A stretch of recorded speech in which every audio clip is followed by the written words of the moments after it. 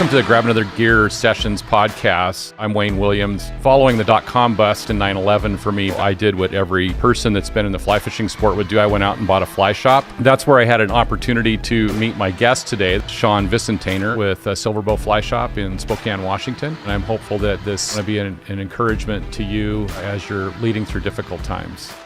So welcome to the Grab Another Gear Sessions podcast. I'm Wayne Williams, and I'm excited to be here with you in this episode. Following the .com bust in 9/11 for me back in that 01-02 period where I've documented my CEO diary through the trials and the archives. If you get a chance to read through or listen to those 5 episodes, it would be great. But you take an Enneagram 7 like myself and someone that likes to create and develop product, and during that time there was nothing in telecom that we could actually do to generate any revenue at all. So I did what every person that's been in the fly fishing sport would do. I went out and bought a fly shop. My wife was, I think, a little bit, thought I was a little crazy. I thought, well, what a great opportunity to have my kids understand what it was like to understand cash flow, deal with customers, and then also be in a sport that it goes clear back to my youth that I had been into. And I was excited about going into this new creative space. And that's where I had an opportunity to meet my guest today. This is the first guest in the Grab Another Gear Sessions podcast. And that's Sean Visintainer. And so, Sean, welcome. It's good to have you. Thanks for having me, Wayne. Appreciate it. You bet. Well, thank you. Thank you for being with us. And the reason that I wanted to bring Sean on today is he and I both had an opportunity to meet each other at a time. It was a difficult time. I was going through and experiencing this area of economic recession and depression in the telecom market. And our paths crossed during this time when I was starting the fly shop. And Sean, I just wanted to ask today, maybe as you can share, I mean, it's been almost, that was 2002, so it's almost 18 years, I think, this August. Yeah, and it is. I wanted to kind of ask a little bit about, maybe you could just share a little bit about how your and my path kind of came about. Yeah, totally. Yeah, it was, unfortunately, it was a tragic event. A friend of mine from high school was in a boating accident, and he was a fishing buddy of mine, good close friend, and he was in a boating accident with his grandfather and 2 cousins, and they all passed away. And it was through his family that I was introduced to your family, mm-hmm. and we connected with the fishing aspect. And it was shortly after that connection that you had purchased the fly shop, and then it evolved from there. Yeah, well, it is, and it's a sad time. And I think if I remember right, you and James back in the day always kind of had dreamed about having a fly fishing shop or a fishing shop at some point in your life. Is that correct?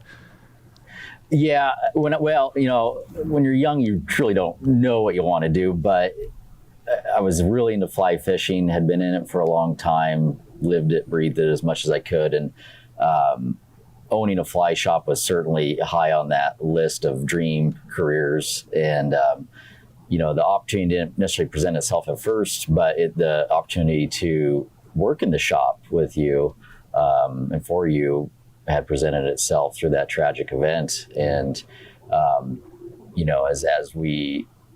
as I continued to work for you and take on more and more roles, that's what ultimately led to the purchase of the shop. Yeah.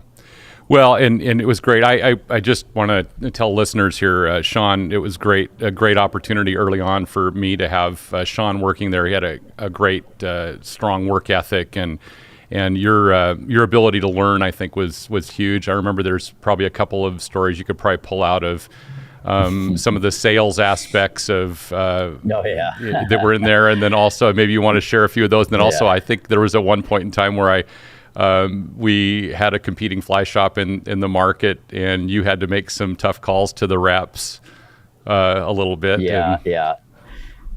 Yeah, I certainly had some valuable lessons in sales that I learned back in the day. Still learning 18 years later, but yeah, you had pointed out a few things about entry level doesn't mean entry level pocketbook. That was one that stuck with me for a very long time. And kind of starting high, working your way down the list, trying to find what kind of category they're going to fit in, but then always kind of setting the stage for future purchases. So yeah, there was definitely some valuable lessons that have always stuck with me, and I try to convey those messages to the crew that we got now. Yeah, and I think that one of the things that was great, because I was still running Telect pretty significantly at the time, and I think that my wife at one point thought that Silver Bow Fly Shop was my mistress, because I'd come in the morning at 5:30 and then go to Telect and then be there at lunch and that. But you're on it from a day-to-day standpoint. You ran it well, and I know that I had to kind of, I turned over those reins to you early on, which I think that by the time we ended up in 2005 selling and making a transaction to you, you'd really learned the business pretty well. Yeah, I think, because your role at Telect was changing rapidly, your ability to get into the shop and do a lot of the day-to-day operations, it just wasn't feasible. So, for me, it was kind of a learn on the fly, no pun intended kind of deal, and just kind of dug in wherever I needed to, and fumbled my way through whatever, and you give me some pointers here and there, and then when the actual transaction happened, the opportunity to buy the shop, it was I was kind of set.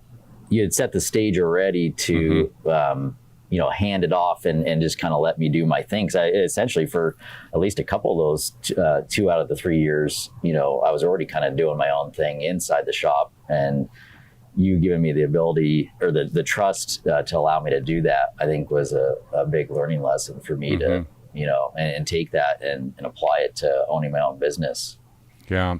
Well, and I think you've done a remarkable job. I think for our listeners today, I part of the reason that I wanted to bring Sean in is he's in the retail sector. The fly fishing industry is a small portion of an industry that is out there that's probably, I think, in the mind of many of us that fly fish, it might be the best social distancing sport that's out there. Whether it's wading in the river, maybe if you're in a 6-foot drift boat, which I don't think there's too many of those, but that might be a little difficult. The joke I think on fly fishing social media is fly fishermen have been social distancing since the beginning of fly fishing. So that's right. They're experts at it. So there's a few lessons. There's a few lessons, I think, as we're going to talk through in this next section, that I think is going to be really important. And Sean, I'll probably share a little bit on my perspective on what I want maybe some listeners that aren't just the fly fishermen to hear. I just going to go back, and there was a real trust factor that I had with you, because you had demonstrated the capability to have a market and understand a market and be able to sell and also do cash management during that time. And there's a trust factor anytime that somebody sells a business and it's not for cash. At that, it's also on a note. And I think that Sean and I, we entered into that, and starting in 2005. And through Sean now had this, he now has a lease. He's a tenant inside of a facility, in a retail facility. So there's an obligation there. And then secondly, he's got an obligation to fill and pay for this acquisition of a business that he acquired. And then besides that, he's got his cost of goods, the materials that are coming in. He's having to deal with that side of the industry. And then he's got a group of employees. And so as he started into that, he had to go through in setting this business up and begin to manage in all the different aspects of it. And this all happened in that 2005 period of time. And so I think, Sean, maybe you can kind of give a little bit of the landscape after this acquisition that you acquired the shop. What maybe your first few years maybe taking us up to that time of the 07, 08, I guess, what we call the Great Recession because of the real estate crash. Yeah. When I first bought it, it was I was the main kind of guy behind the counter doing a lot of the different roles, and we had a couple part-time folks. We had an accountant that worked part-time, and then a couple other guys that were employed, but it was very, very minimal. They might cover a day here or there, half a day, or just a few hours even, but that went on for quite a while. And as I continued to try to grow and evolve the Silverbow brand, I was able to give those guys more hours and maybe change their roles a little bit. And, I could start taking off a few of the hats that I was wearing. But one of the other things that we had to add was a guide service. We didn't have a guide service, and no one in the area. Well, I shouldn't say no one. There was a couple guide services, but I didn't feel like anyone had a true guide service where we took people out on all the different bodies of water around here and really marketed it. So not only was it building the retail side of things, it was trying to create a guide service, a sustainable guide service. And so I think that aspect came in about 08, maybe 07, 08, right in there. And we were working with different outfitters across the Idaho and Montana border to operate under their licenses. Those licenses or permits are very hard to get, virtually impossible at times. So we started, or not we, I started to take on some of the guiding roles, which then allowed more opportunity for other guys to start working in the shop, and we'd kind of overlap. And then some of them got licensed, and I was guiding you and a few other Telec guys, and I think we might have had a couple boats out that day on the Clark Fork. And that was literally the day that the stock market crashed, because back then it was blackberries, and you guys were looking at your blackberries at the beginning of the float. And I didn't have a BlackBerry, I think then. I hope maybe I did, but it might have been another phone. I don't know. Anyway, no, you're right. Well, maybe it was an iPhone then. Yeah, I can't remember stages of iPhone. I don't know.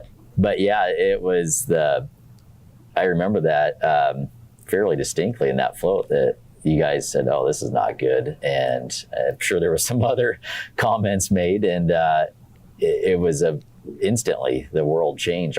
My world changed, your world changed, and so then we get into the Great Recession, and we had to definitely change how we operated.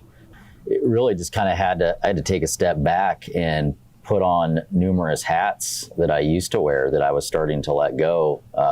Whether it was standing behind the counter more, or handling classes, or shipping, receiving kind of things, and just really had to really consolidate. And we still had employees, and we were able to keep them on, but a little bit at a lesser degree. They couldn't work as much as they were, and they also had to maybe look for other sources of income as well, to make ends meet. But it certainly it was doable. We just had to really watch what we were purchasing.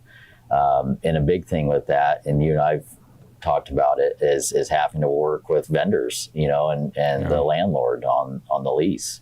Yeah, that's good. So, those are good, really good points. I think that at some point in time, I remember that it was following that, and when Trina and I ran into you, we were down at the Steelhead Bar and Grill downtown, and I think it was about October, and you came up to me and said, "Hey, I'm going to get your check out." And I said, "Hey, don't worry about it. Put it back in the account." And I think this is a message that I'm really wanting to send now a little bit to people that end up having our debt holders going through an experience right now that are going through, and they've sold something, or they're following a practice, that it's a time that you're really looking at during critical crisis on what are you going to do. Because I think you were still doing fairly well during that time, but you also had there was a competitive landscape with Cabela's moving in, and Sportsman's Warehouse, I think, was going out of business during that time, and a couple other fly shops. And so now you're encountering this whole idea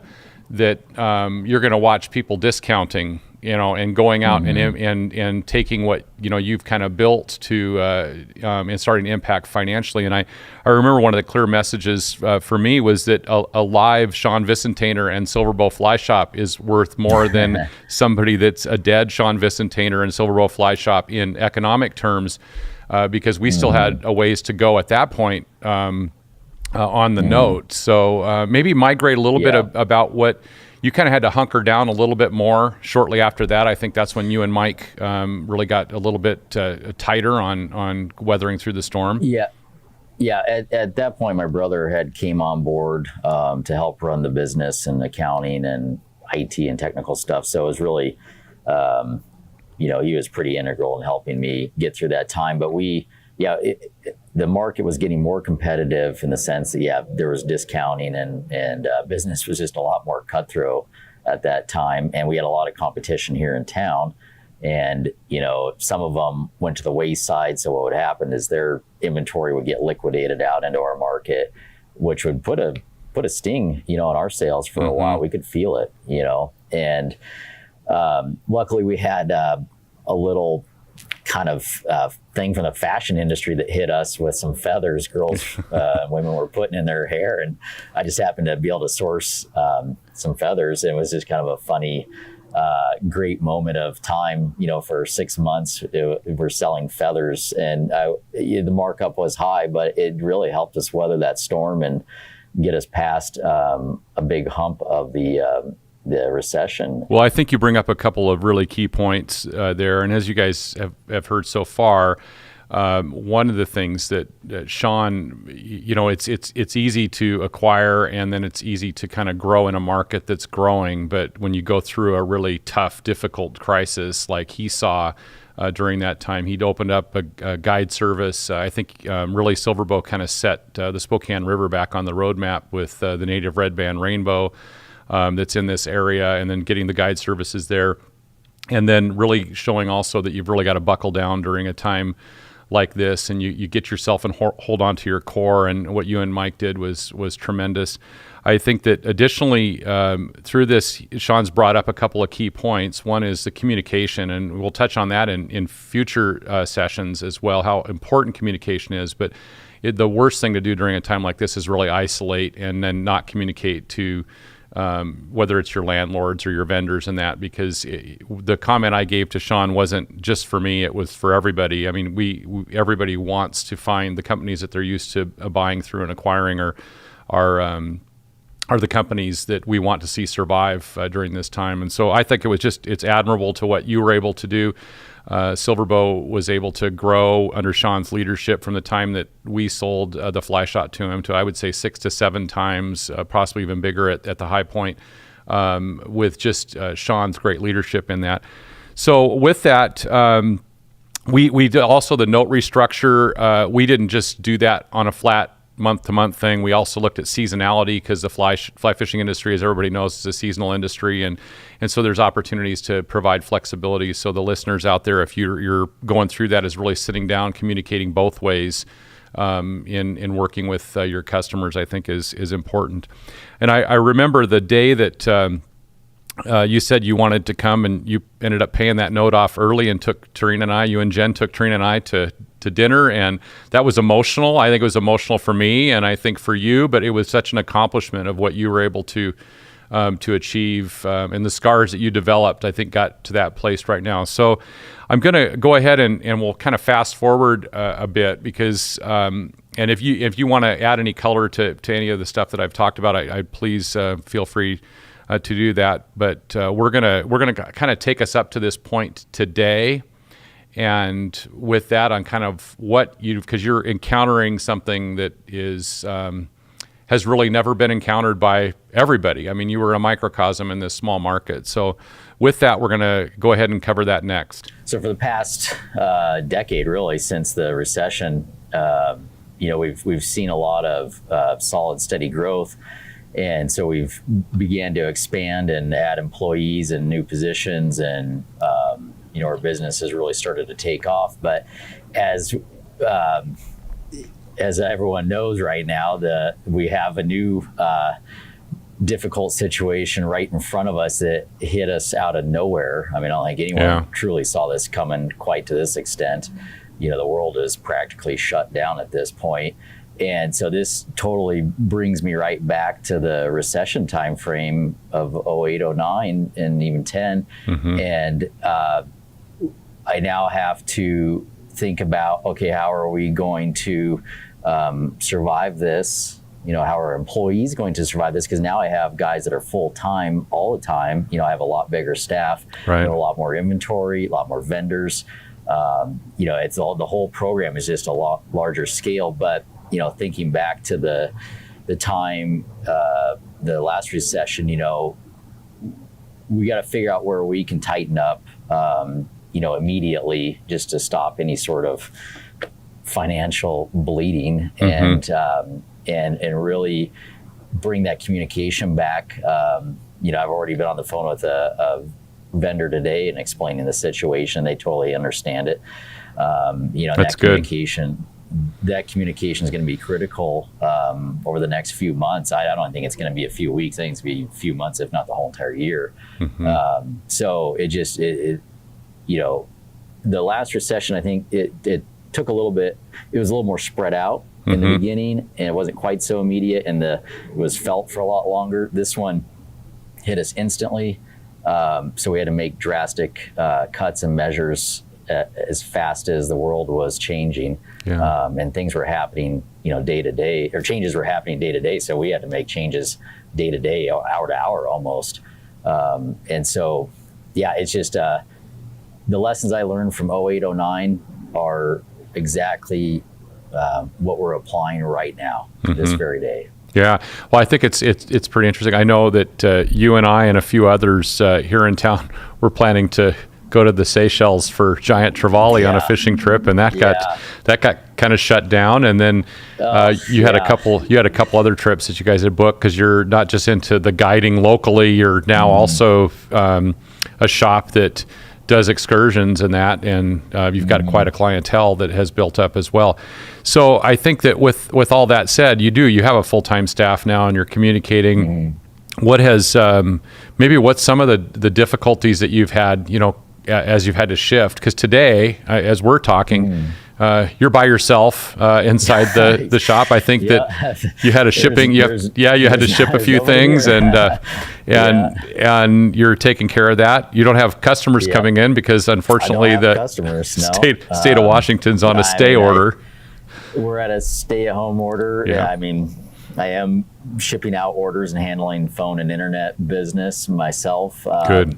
Hopefully I can continue that at least, and obviously in a careful, safe fashion. But it's a complete change. I mean, just the other week, business was rolling along. We're getting ready for spring, and then instantaneously a switch was flipped, and I'm back to a one-man band wearing all the hats. Virtually. I mean, I got my brother can help with certain computer aspects, and actually, quite honestly, for us, is tough as time as it is, financially, it's actually going to give us a little bit of an opportunity to do some projects that we really, really need to get done.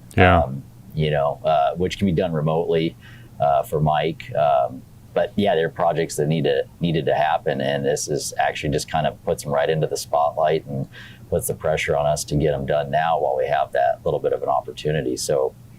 Trying to make the positive, trying to turn this into a positive time rather than a negative. Yeah. What do you think have you had a chance yet? Has it set in to think about how once things do come back on? I think you've got the right mindset to believe things are going to happen, stay a lot longer. But at the same time, we're always hoping that it's going to, turn around a little bit quicker. In this environment. So, but have you given it thought at all on looking out ahead, how this might change your business, and could it, could you see ways of capitalizing on that? And I don't mean today, because right now we're really concerned, but you're looking at kind of getting your employees back on, You're looking at making sure that the customers are still staying in tune to you. But has that set in yet with it, or is it just right now you're? Yeah, well, definitely a lot of things we're just taking things as they come day to day. But yeah, we are.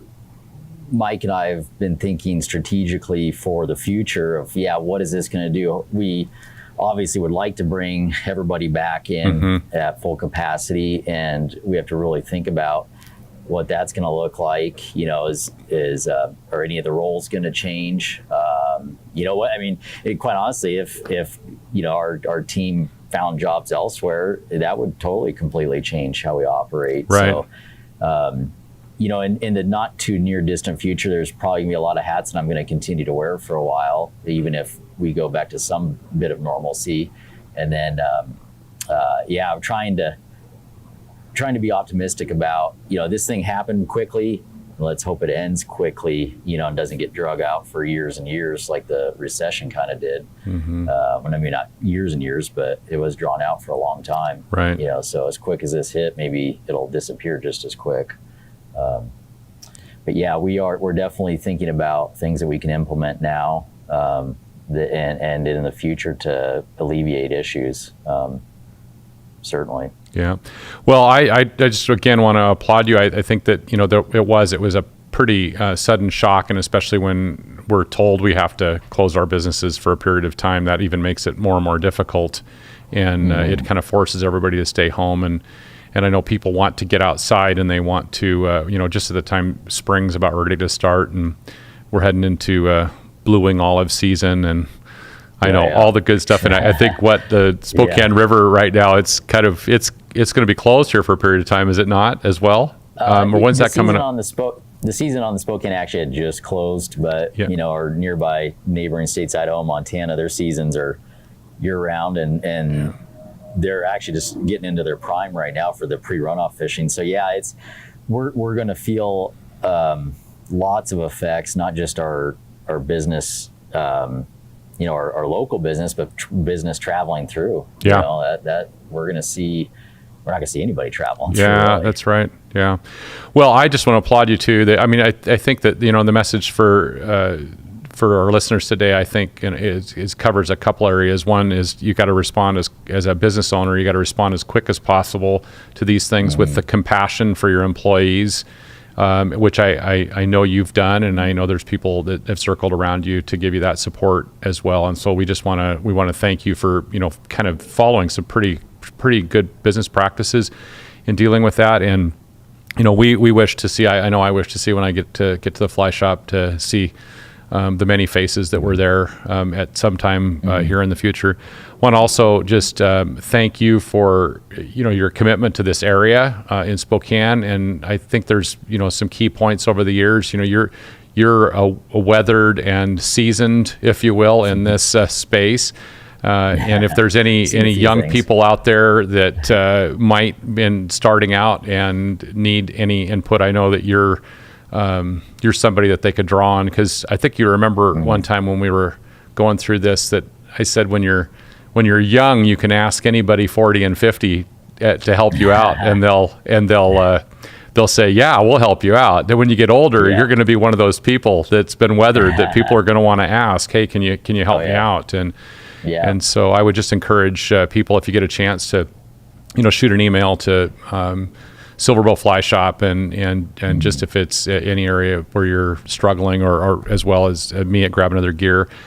And just want to thank you for your time, Sean. And I want to also let everybody, the listeners, know that fly fishing's a great and wonderful sport. There is a lot that can take place right now. It's a good time maybe to teach your kids in the backyard if you've got a fly rod in Silverbow. While Sean is a one-man show right now out there, he still's creating shipping labels and shipping product out. So this is, and I get nothing from this. My biggest message, is I think is stay the course with the relationships. And Sean and I've had a strong relationship for a long period of time, and he's somebody I really wanted to bring on in this first capacity, because I feel like he's been a real it's been a real honor to have him as a friend, and then also watch him walk through some tough stuff. And he just represents a small microcosm of many other businesses out there in the restaurant business today, and retail and manufacturing, and that are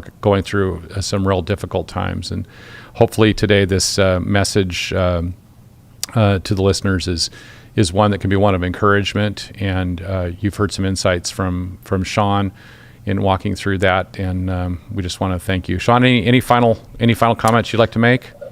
You've obviously covered a lot of them, but I talk to a lot of other business owners and guys in business, and really it doesn't matter whether you're a small shop like mine that just has a handful of employees or 500 or 5,000. Mm-hmm. It's all about your relationships and human management and dealing with each other in a respectable and professional way, and keeping those communication lines open. And no matter how big you are, we're all essentially, it's all the same. Yes, it is.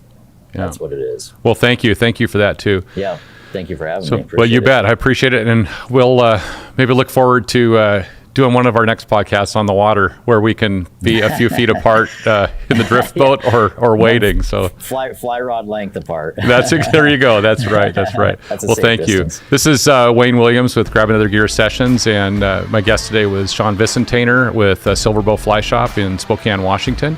And I'm hopeful that this time that you're able to spend listening to this podcast has been valuable, and really want to be an encouragement to you as you're leading through difficult times. Thank you, and enjoy your day. Thank you for listening to the Grab Another Gear Sessions. Join me next session for more stories and experiences that may help you overcome your next challenge.